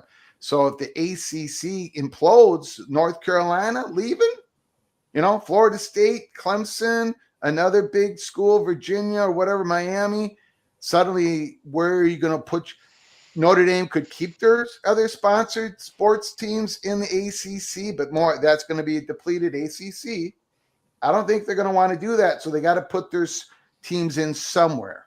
Right. And that is, I think, is the possible moving Notre Dame out of independent football. I think that's the one thing that could move them, other than this Super League breakaway, Big Ten, SEC, which, okay, God, I hope doesn't happen. Rock and Rant says Nathan was correct before he was even alive. That's absolutely true. I was correct before I was even alive. That's absolutely true. Okay, the 2 hours have just we could go more, but we're bound and determined to stick to our 2 hour time limits, guys. So I think, Greg, you want a minute to just tell everybody kind of what's going on with you? Any last words? Got no last words. Gonna be doing, I think on the next live show, gonna be doing my way too early SEC rankings. And I've got I got Ole Miss at 12, Tennessee at 9. So I got some shockers in there. I think some schools are gonna fall, and I think South Carolina is gonna be number 4. And I'll leave the rest to the next live show. But we're gonna be hitting on the SEC 2025 way too early rankings. I appreciate you guys having me on. I love coming on here. Thanks, guys. Appreciate it. Well, we love having you, Greg. Yeah, Absolutely. Greg, thank you so much for your time, and good job this week, and good luck next. All right. Eat the cheeseburger, Greg. Yeah, Greg Flugar is gone, shaking his head. I don't know what else to say, guys. We've talked a lot this week. We have. Yeah, I'm sorry we didn't get. Go ahead. We didn't get to more comments, but hey, guys, it was on fire tonight. It was on fire. Chat was on fire. Everybody was on fire. We averaged over 100 viewers tonight. You guys are awesome. Greg the Gold sees the big out of Utah. He just gave you hope. How could he? Feel good. I know Hope Steele's is a sitting in the terrible background thing. going, "What, Utah? I heard Utah." Look, Utah is an outside candidate for Big Ten if it goes to 24. There That's we go. always been. That's always been the possibility. case. That's Like, yeah, but if it's 20, not- Utah's not going to get in 24, maybe, right? That's what we're talking about. Be honest about it. It's always been that way. That's right. I will say this, and this comes from a direct tweet on Twitter, which, by the way, I appreciate everybody that's engaged with us this week. I know it's been crazy because the ACC, Bob Thompson coming on, and just amazing stuff that we covered this week. As a college football mafia network, we're turning the page. The ACC is done now, right? Not the ACC conference, but that tipping point has come and gone. We're going to turn the page. It's not going to be so much talking about what's been. We're now going to start talking about what it's going to be. So I would just encourage everybody to stick around and don't lean on what we've done in the past. Although the data that has been put together by Wild Ute University and the other shorts that we put together is fantastic. As a team, we're turning the page and we're moving on. We're going next steps, and we encourage you guys to come along with us. A little bit of a celebration this week for us, having Bob Thompson on and just confirming a lot of stuff we talked about. That was a big deal for us around here. That's done now. We're moving on, and I don't know. What do you guys want to add to that? Looking forward to more good dialogue. Lots to talk about. The breakout of these finances, as Greg mentioned too. We'll see exactly like the survival analysis for UNC, Right. for when they want to jump over to the SEC. We'll work that out for Louisville too. Those were fantastic ideas, super relevant. So that's what I'll be working on this weekend. So look for a video coming out soon with Pickles and on Wilder University about the ACC viewership. And then we're going to get to the survival analysis for some of these schools. It's going to be some big time information too. It's going to be fun to break out. Absolutely. Moen, you want to add anything to that? Absolutely. Look forward to my video with Pickles, which will be a much better video than Utes, where we'll look at my Big Ten SEC scheduling agreement, Super League kind of thing going on there, and we will game plan it out. We'll see how possible it could be to get as many marquee games for the media partners as possible and boost that media money. Before we go, Bomber, let me go ahead and promo this out. Yeah, go. It's Ryan Willie, Caleb Ramirez, Earl Carr with the 10-piece, Double Frog with a 5-piece. Who's his corner? I'm going to be doing a video with Justin soon here as well. And then MBM dropped the 10-piece. I know it. Shoot out from Stillwater. And then Go Black 45 with his super chat as well. Thank you, everybody who contributed tonight. Let us do cool things like making new backgrounds and new themes and all that good stuff for the College Football Mafia family. I hope you enjoy the new Big Freakin' Friday theme. We'll stick with this one for a while. It's got some cool retro things. I like it. But we all need some milk. About milk. That's the way to tip it off, is just tip that. Yeah. What's just pouring on that guy's head right there, Mo? The football player's head. Well, I think that's a Utah guy. Oh, no, I take it back. That's an Alabama Dude, guy. that's not a Utah guy, Mo. Come on, man. I appreciate everybody that's been a member of the Mafia family, and we encourage more people to join us. If you have friends and relatives, definitely tell them about us. Pass the word. We're only getting better, and the off season is where we make hay. Having big interviews like Bob Thompson as a partner, somebody that comes in, has done just a wonderful job for and with us. You guys amazing, and I hope you guys have tuned in or will tune in the future to any Bob Thompson stuff. The video, what day did I interview him? Was that Tuesday or Wednesday? This last week, I can't remember now. Anyway, I interviewed Bob this him week. Wednesday. We put the Wednesday. There's a short video up about. Okay. Yeah. Okay, and I want to encourage everybody to watch that. Bob was the mediator, or not? What do you call him? A negotiator / what was the term he used for his role in the ACC negotiation? Was it mediator? Okay. Yeah. I want to make sure I get that right. I appreciate everybody. Everybody have a great night. Have a great weekend. Stay out of trouble. And Moen, when's their next show?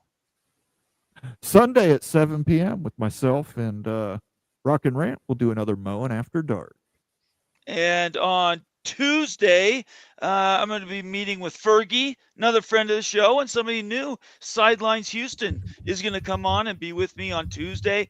And then on Wednesday, the great Spencer McLaughlin, locked on, is it Big 12 now? I'm not sure which show he's running, but Spencer McLaughlin will be joining me on Wednesday, and we will be talking more specifically probably around the Big 12 and kind of where the future lies for the ACC. So we appreciate everybody. For Moen, for Wild Ute, I am Bomber, and I hope everybody has a great night. Stay out of trouble, and please be safe this weekend. Peace out.